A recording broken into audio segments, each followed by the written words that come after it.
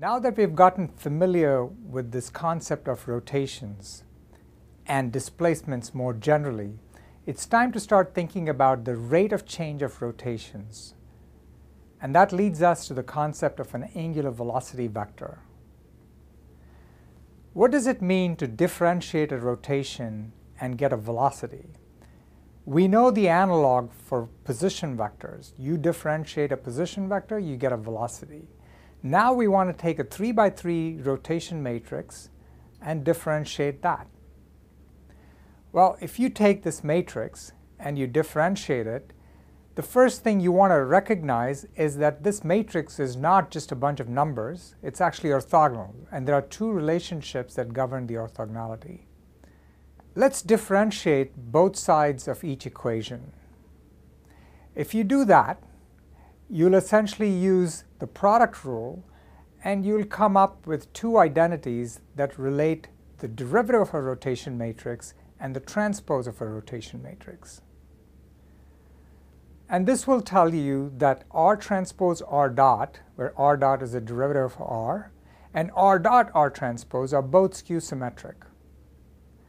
In other words, there's only three independent elements in these skew symmetric matrices. So rather than think in terms of the derivative of a rotation matrix, we will think in terms of the derivative pre-multiplied by R transpose or post-multiplied by R transpose. Back to our canonical example of a rigid body with a generic position vector and its rotated position, which we call P prime. Once again, we'll make sure that the origins are the same, and we'll consider the displacement from P to P prime.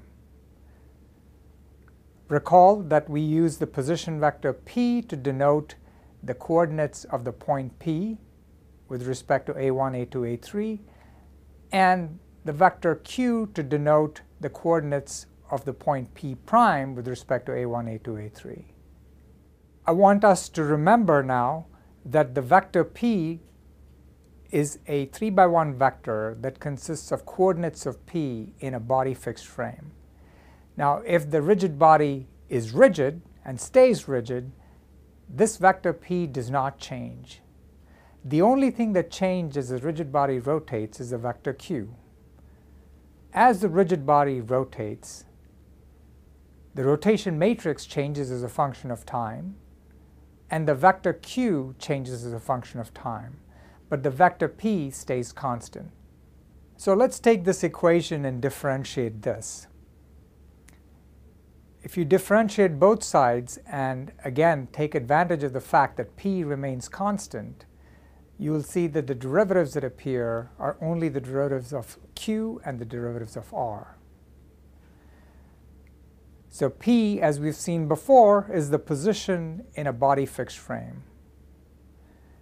Q dot, on the other hand, is the velocity in an inertial frame. If I pre-multiply both sides by the transpose of the rotation matrix, I get a familiar form on the right-hand side. On the left-hand side, it's the velocity in the body fixed frame, Q dot. The velocity in the inertial frame has been transformed back to the body fixed frame. And on the right-hand side, the familiar quantity that I see is R transpose R dot, and that encodes the angular velocity in a body fixed frame. Let's call that omega hat and attach a superscript b to denote that it's a body fixed angular velocity. Again, it is the angular velocity of the rigid body, but we've chosen to write the components in a body fixed frame, which is not shown here. Another way of writing the equation relating the velocity in the inertial frame and the position in the body fixed frame is by rewriting P on the right-hand side in terms of R transpose and Q. So now let's take a look at the quantities on both sides of this equation. Q dot is the velocity in the inertial frame. We've not transformed it back to the body fixed frame. But on the right-hand side, you see another familiar quantity, R dot R transpose, which is a skew-symmetric matrix. This encodes the angular velocity in the inertial frame. We call that omega hat with a superscript s to denote the fact that it is not in the body fixed frame, but instead it's a spatial angular velocity. We've seen before that skew-symmetric matrices encode cross products. So what you're seeing in these two equations is essentially our ability to generate velocities by taking the cross product of an angular velocity vector with a position vector. In the first equation, it's the angular velocity in the body fixed frame which yields the velocity in the body fixed frame. In the second equation, it's the angular velocity in the inertial frame which then yields the velocity in the inertial frame. So we have two different representations of the same angular velocity vector. The first one is written in terms of basis vectors on the body fixed frame, and the second one is written in terms of basis vectors in the inertial frame. So here's an exercise worth doing. Let's consider a simple rotation, a rotation about the z-axis. This is easy to visualize, and it's also easy to write down. Let's take the transpose of this, and then let's differentiate r with respect to time.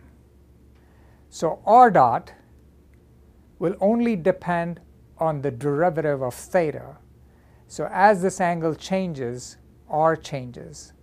And you can write r dot as a function of theta dot by simply pre-multiplying it by a matrix that has mostly zeros except for cosine theta and sine theta.